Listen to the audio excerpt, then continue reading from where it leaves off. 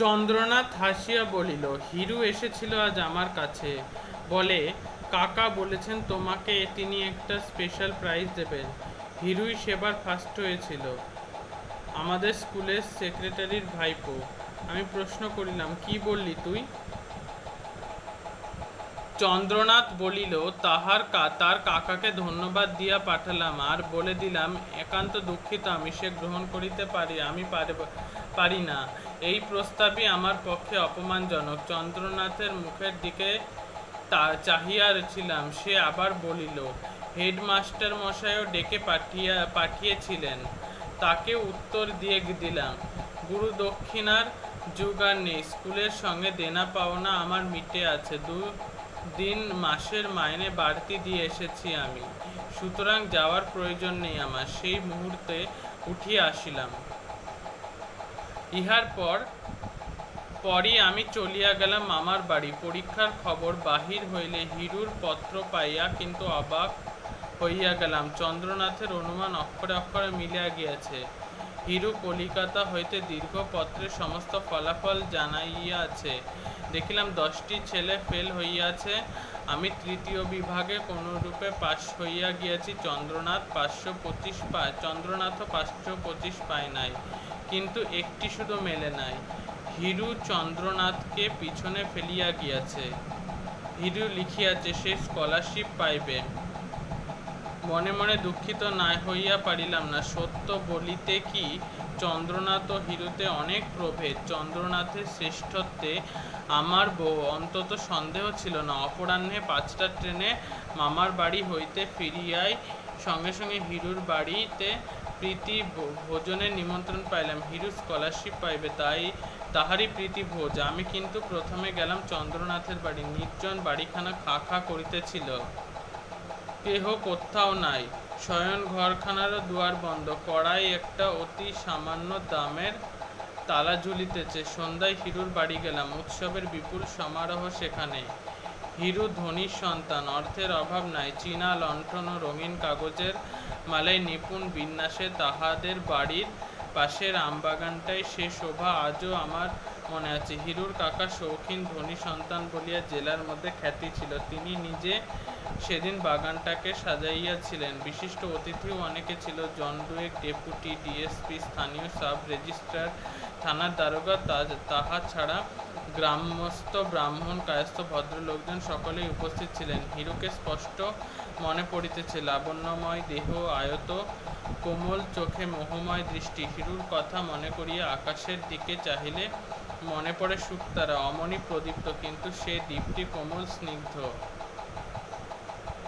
হিরু পরম সমাদর করিয়া আমাকে বসাইল। নানা কথার মধ্যে সে বলিল, কাকা বলছিলেন এখন থেকে ICS এর জন্যে তৈরি হও। বিলেতে যেতে হবে আমাকে। বিলেতে যাবার আমার বড় সাধ নরু।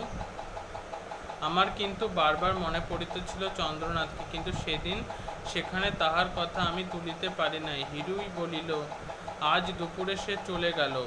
আমি তার আগেই তাকে নিমন্ত্রণ করেছিলাম, তবু সে চলে গেল। একটা দিন থেকে গেলে কি হতো? হিরু বলিল, মাস্টারমশাই। সচেতন হইয়া মুখ ফিরাইয়া দেখিলাম শীর্ণকায় দীর্ঘকায় মানুষটি এন্ডির চাদরখানি গায়ে দিয়া আমাদের দিকেই আসিতেছেন। আমরা উঠিয়া দাঁড়াইলাম। হাসিয়া মাস্টারমশাই বলিলেন, আজই এলে নরেশ? মাস্টারমশাইয়ের ওইটুকু এক বিশেষত্ব, ছাত্র তাহার অধিকারের গণ্ডি পার হইলে সে আর তুই নয়, তখন তুমি হইয়া যায় তাহার কাছে। তিনি আবার বলিলেন, তুমি পড়বে নিশ্চয় নরেশ, কিন্তু সাহিত্য চর্চাটা পড়ার সময় একটু কম করো বাবা, তবে ছেড়ো না, ও একটা বড় জিনিস যেন। Shame in crowd but solitary pride হওয়াই উচিত ও বস্তু। আমি চুপ করিয়া থাকিলাম। হিরু বলিল, নরুর লেখা যে কাগজে বেরিয়েছে এবার স্যার? হ্যাঁ, বেশ, আমাকে লেখাটা দেখাবে তো নরেশ, পড়ব আমি। তারপর আমাকে প্রশ্ন করিলেন, চন্দ্রনাথ কোথায় গেল? কাউকে বলে গেল না? তোমাকেও কি কিছু জানিয়ে যায়নি পত্রটত্র লিখে? বলিলাম, না স্যার, কাউকেই সে কিছু জানিয়ে যায়নি। লাঠির উপর ভর দিয়ে মাস্টারমশাই কিছুক্ষণ নীরবে দাঁড়াইয়া রহিলেন। কি যেন তিনি চিন্তা করিতেছিল। আমরাও নীরব। একটা দীর্ঘ নিঃশ্বাস ফেলিয়া মাস্টারমশাই নীরবে চলিয়া গেলেন। আমরাও আবার বসিলাম। হিরু বলিল, চন্দ্রনাথ একখানা চিঠি দিয়ে গেছে, দেখবি? চিঠিখানা দেখিলাম। সে লিখিয়াছে, প্রিয় বরেষু কাটিয়া লিখিয়াছে, প্রীতি ভাজনেষু। আজ আমার যাত্রার দিন, সুতরাং থাকিবার উপায় নাই। আমাকে মার্জনা করিও।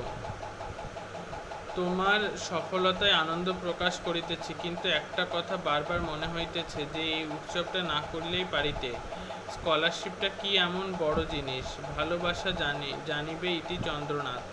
চিঠিখানা হিরুকে ফিরাইয়া দিলাম। হিরু বলিল, চিঠিখানা রেখে দিলাম আমি।